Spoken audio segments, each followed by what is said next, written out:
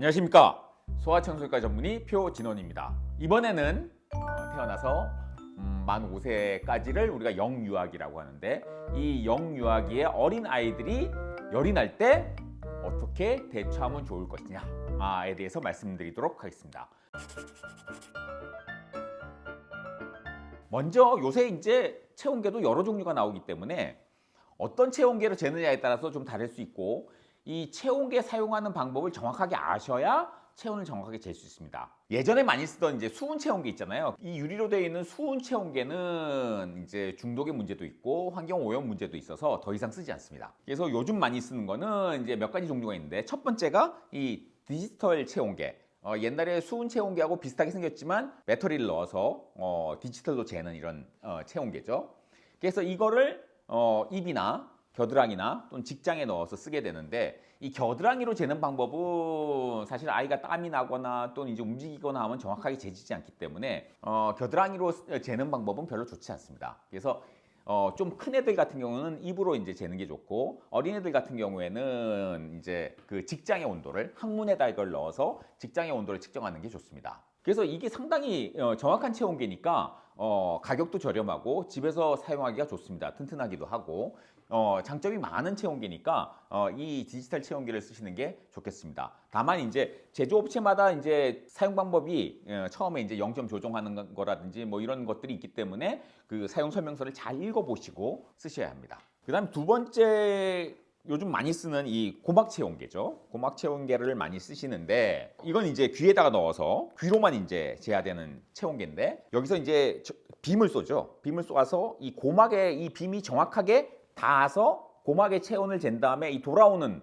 빔의 온도를 얘가 측정하는 겁니다. 그래서 외도에 닿으면은 낮게 나와요. 그래서 정확하게 고막에 닿을 수 있도록 하는 방법이 중요하고, 아예 귀에 이제 귀지가 많이 껴 있다든지 또는 이제 물이 들어가 있다든지 이게 방향을 정확하게 하지 못한 경우에는 체온이 제대로 이제 정확하게 측정이 안 되기 때문에 집에서 부모님들이 사용하기에는 그렇게 쉬운 체온계는 아니다라는 걸 기억해 두시고요. 병원에서 이걸 많이 쓰죠. 병원에서 우리가 이제 숙달돼서 우리 뭐 병원에서 일하는 직원이라든지 뭐 의사들이야 뭐 워낙 이 사용에 숙달돼 있으니까 이 고막 체온계를 많이 쓰지만, 집에서 부모님들이 이게 익숙지가 않기 때문에 이 고막 체온계를 쓰시는 것보다는 요 그냥 디지털 체온계를 쓰시는 게 더 낫겠다는 말씀을 드립니다. 그리고 이제 코로나 때 하도 이제 접촉이 문제가 되니까 이 비접촉 체온계를 많이 썼죠. 측두동맥이 이제 우리가 요 이마를 이렇게 가로지르거든요. 이 측두동맥을 이렇게 떨어져서 이제 측두동맥의 온도를 재는 거죠. 이게 이제 적외선 스캐너인데 이마를 가로지르는 측두동맥의 온도를 측정하는 방법입니다. 잘만 사용하면 상당히 정확하게 잴 수가 있어요. 보통은 이제 3개월 이상의 아이들한테 측두동맥 체온계를 이제 쓰는 것이 좋겠다라는 말씀을 드립니다. 그리고 이 장점은 또 우리가 잠든 아이를 깨우지 않고도 그냥 잴 수 있는 장점이 있습니다.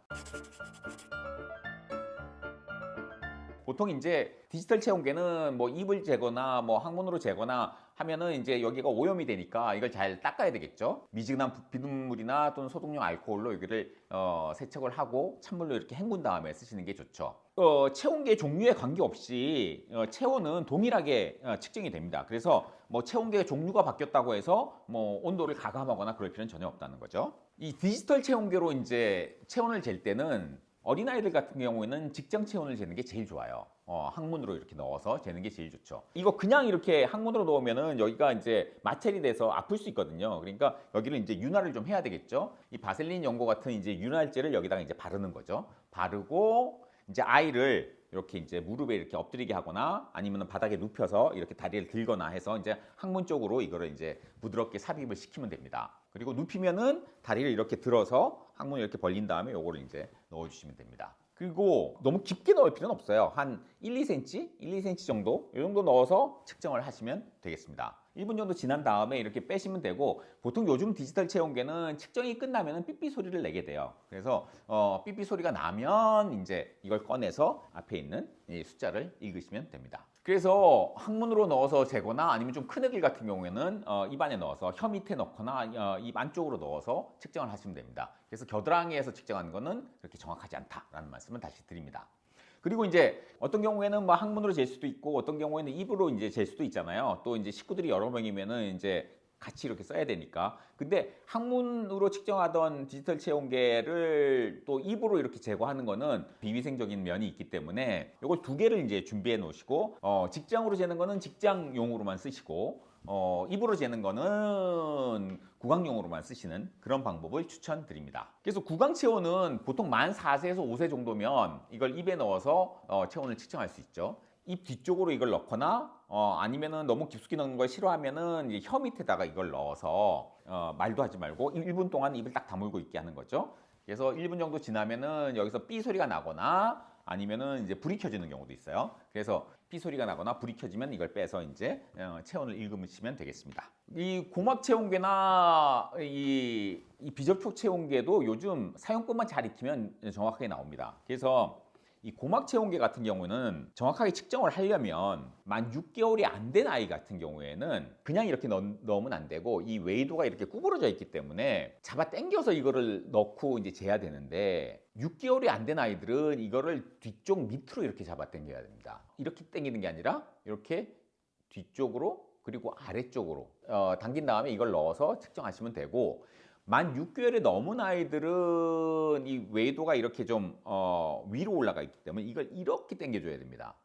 뒤쪽, 위쪽 이렇게 당겨서 이렇게 넣어서 이렇게 측정을 하는 거죠. 측정이 끝나면 삐삐 소리가 나면 이제 빼서 읽으시면 되겠습니다. 그리고 이제 측두동맥 비접촉 체온계 같은 경우에는 이제 이마를 재는데 이제 머리카락은 들어야 되겠죠. 머리카락 들고 이걸 이제 온을 시킨 다음에 이마에서 이렇게 2에서 5cm 정도 떨어뜨린 다음에 이렇게 가면서 측정을 하시면 됩니다. 이렇게 숫자가 이렇게 픽 하면서 나오게 되죠.